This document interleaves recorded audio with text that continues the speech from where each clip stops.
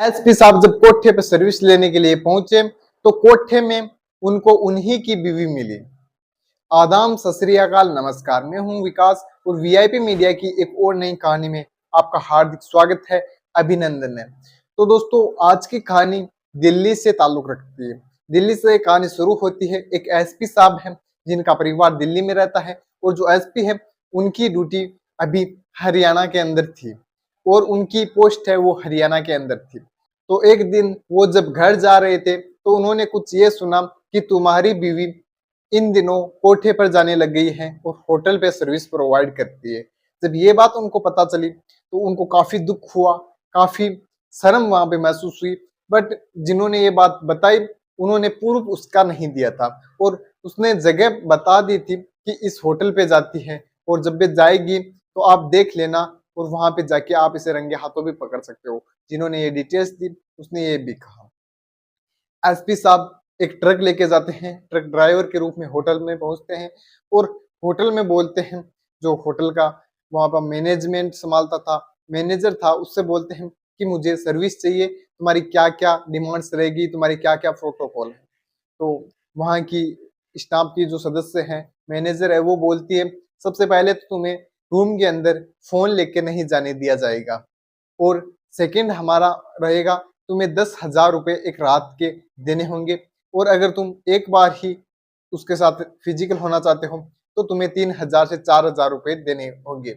और फिर जो लड़की है वो देखी जाएगी कि तुम्हें किस उम्र की चाहिए। अगर ज्यादा उम्र है तो उनके रुपये थोड़ी कम है और अगर तुम्हें कच्ची उम्र की लड़कियां चाहिए तो उनकी तुम्हें थोड़ी रेट हाई देनी रहती है। और ये बात जब एसपी सुनते हैं तो वो सीधा सीधा हाँ बोलते हैं, क्योंकि उन्हें तो अपनी पत्नी को देखना था, क्या कि मेरी पत्नी यहाँ पे सच में सर्विस प्रोवाइड करवाती है क्या। तो उन्होंने कहा चलिए मैं देखूंगा, मुझे जो पसंद आती है मैं उसे सिलेक्ट करूंगा और तुम्हें बता दूंगा। तुम जो तुम्हारी डायरेक्टरी है उससे मैं मुझे फोटो वगैरह दिखाइए और फिर मैं तुम्हें बताऊंगा कि मुझे कौन सी लड़की चाहिए और किस लड़की की मैं रेट भी फिर हम तय कर लेंगे।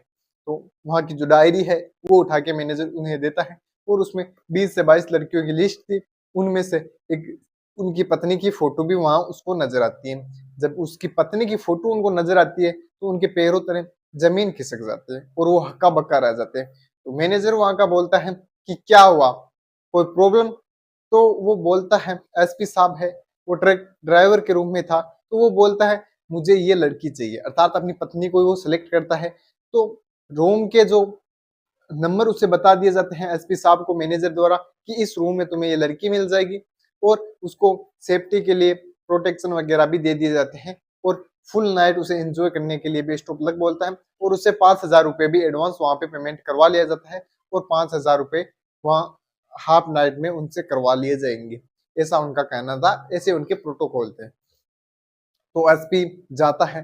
एसपी साहब वैसे अपनी पत्नी को ये बता रखे थे कि मैं 15 दिन तक घर नहीं आऊंगा और तुम घर पे रहना, और ऐसे कुछ बातें उनके साथ हुई थी। तो लड़की फ्री हो चुकी थी, उनकी पत्नी है वो फ्री हो चुकी थी कि मेरे पति 15 दिन तो आएंगे नहीं, तब तक मैं इंजॉय करती हूँ।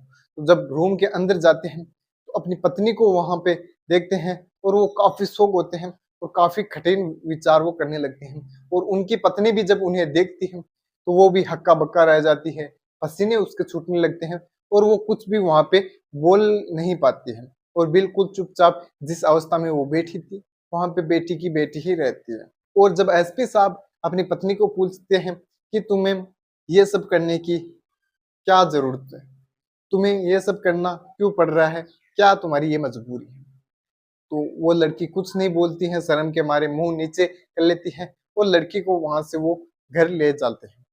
और जैसे वो घर पहुंचते हैं तो उससे सारी बात पूछते हैं कि आखिर क्यों तुम ऐसा कदम उठाया तुमने और ये सब क्यों कर रही हो। तो लड़की बोलती है कि मुझे आप तो संतुष्ट कर नहीं पाते हो, आप तो ड्यूटी पे चले जाते हो और पीछे से मेरा मन यहाँ पे नहीं लगता है, तो मैं ऐसा काम कर लिया करती हूँ, मेरे कंट्रोल के अंदर नहीं है, कंट्रोल उसने खो दिया है, तो मैं होटल में चली जाती हूँ। और फिर एसपी साहब थोड़ा उसे डराते हैं, धमकाते हैं और पूछते हैं कि क्या तुम्हें और भी मर्दों के साथ संबंध है। तो वो लड़की बोलती है मेरा एक प्रेमी भी है, आशिक भी है, मैं उससे प्यार करती हूँ, रोज उसे घंटों बातें भी किया करती हूँ, वो भी मुझसे घंटों बातें किया जाता है। अक्सर जो प्रेमी था वो कबाड़ी वाला था। तो कबाड़ी वाले से वो प्यार करती थी। तो जब कबाड़ी वाला उसके पास नहीं पहुंच पाता, तब वो होटल के अंदर चली जाती अपनी हवस मिटाने। और वैसे कबाड़ी वाले को अपने घर पे वो रखा करती है, रात रात को रातों रात रखा करती है, उसको खाना भी खिलाया करती है और उसके साथ अपनी रातें रंगीन किया करती है। और जब कबाड़ी वाला किसी काम के बहाने से बाहर जाता है, तब वो होटल पे सर्विस प्रोवाइड करने चली जाती है। उससे उसकी तन की प्यास बुझ जाती है और उसके जो शौक थे अलग अलग मर्दों के साथ सोने के, वो भी वहां पे उसके पूरे होते हैं। और ये बात जब एसपी साहब सुनते हैं, तो एसपी साहब बिल्कुल हैरान रहते हैं कि जिससे मैंने 7 जन्मों के संबंध में वचन दिए थे, सौगंध खाई थी एक दूसरे के साथ रहने की, एक दूसरे के साथ धोखा नहीं करने की, वो मेरे साथ इतना बड़ा धोखा कर रही है। और ये जो मासूम सी दिखने वाली मेरी पत्नी, इसकी हवस की प्यास इतनी ज्यादा कैसे बढ़ चुकी है। ये बात एसपी साहब को भी समझ में नहीं आ रही थी। और अब एसपी साहब आगे एक समझदारी का कदम उठाते हैं। वो जो कबाड़ वाला है उसको अपनी पत्नी के थ्रू कॉल करवाते हैं और उससे घर पे बुलाया जाता है। कबाड़ वाला पहले तो बोलता है, मैं 2 दिन तक नहीं आ पाऊंगा, मुझे अर्जेंट काम है, तो तुम 2 दिन का इंतजार करो और 2 दिन बाद में ही मैं तुम्हारे पास आऊंगा। जब ये बात एसपी साहब सुनते हैं, उसकी पत्नी सुनती है, तो एसपी साहब उसे जल्दी बुलाने की बात करते हैं कि किसी भी प्रकार से ये आना चाहिए मेरे घर। तो लड़की जिद करती है, एसपी साहब की पत्नी है, वो जिद करती है कबाड़ वाले अपने आशिक से कि अगर तुम नहीं आओगी तो मैं अपनी जान दे दूंगी। ऐसी ऐसी बातें वो करती है। तो प्रेम जाल में उलझा कबाड़ी वाला वो दौड़ा दौड़ा उसके घर आ जाता है। और दोस्तों, जिसे प्रेम करते हैं उसके लिए वो कुछ भी लोग करने के लिए तैयार रहते हैं। तो इसीलिए वो भी उनके घर आ गया।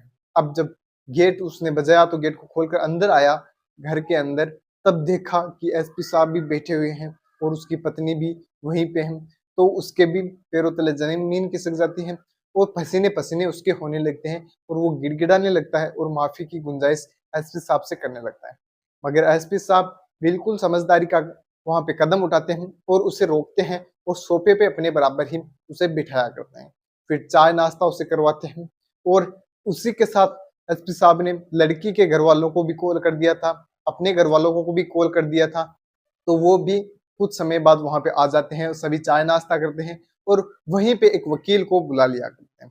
तो वकील से पहले तो दोनों की तलाक होती है और फिर जो कबाड़ी वाला है उससे एसपी साहब उसकी अपनी बीवी की कोर्ट मैरिज वहां करवा देते हैं, डॉक्यूमेंट्स के अंदर उनकी शादी वगैरह वहां पे करवा देते हैं, हस्ताक्षर दोनों के करवा लिए जाते हैं।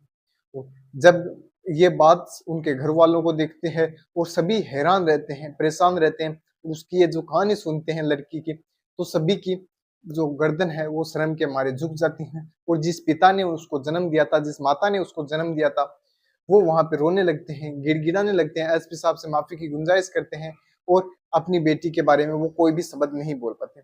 लड़की भी वहां से गुजारिश करने लगती है कि मेरे से सबसे बड़ी गलती हो गई है, एक बार आप मुझे माफ कीजिए। मगर एसपी साहब उससे एक ही बात बोलते हैं, मैं तुम्हें पसंद करता हूँ और मेरी पसंद को जो भी पसंद है मैं उसे दिला कर रहता हूँ। ये तुम्हें मैंने पहले भी बताया था और तुम्हारी जो भी इच्छा थी, तुम जिस भी प्रकार से खुश रहती हो, मुझे बस तुम्हें खुश ही देखना है और इसीलिए मैं तुम्हें अपने तुम्हारे आशिक हैं उसके साथ में भेज रहा हूँ। और खुशी खुशी वहां से उसको विदा कर देते हैं।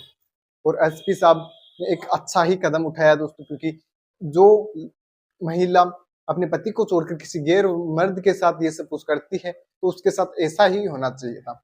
अब वो कहाँ तो थी एसपी साहब की पत्नी और अब बन गई एक कबाड़ वाले की पत्नी।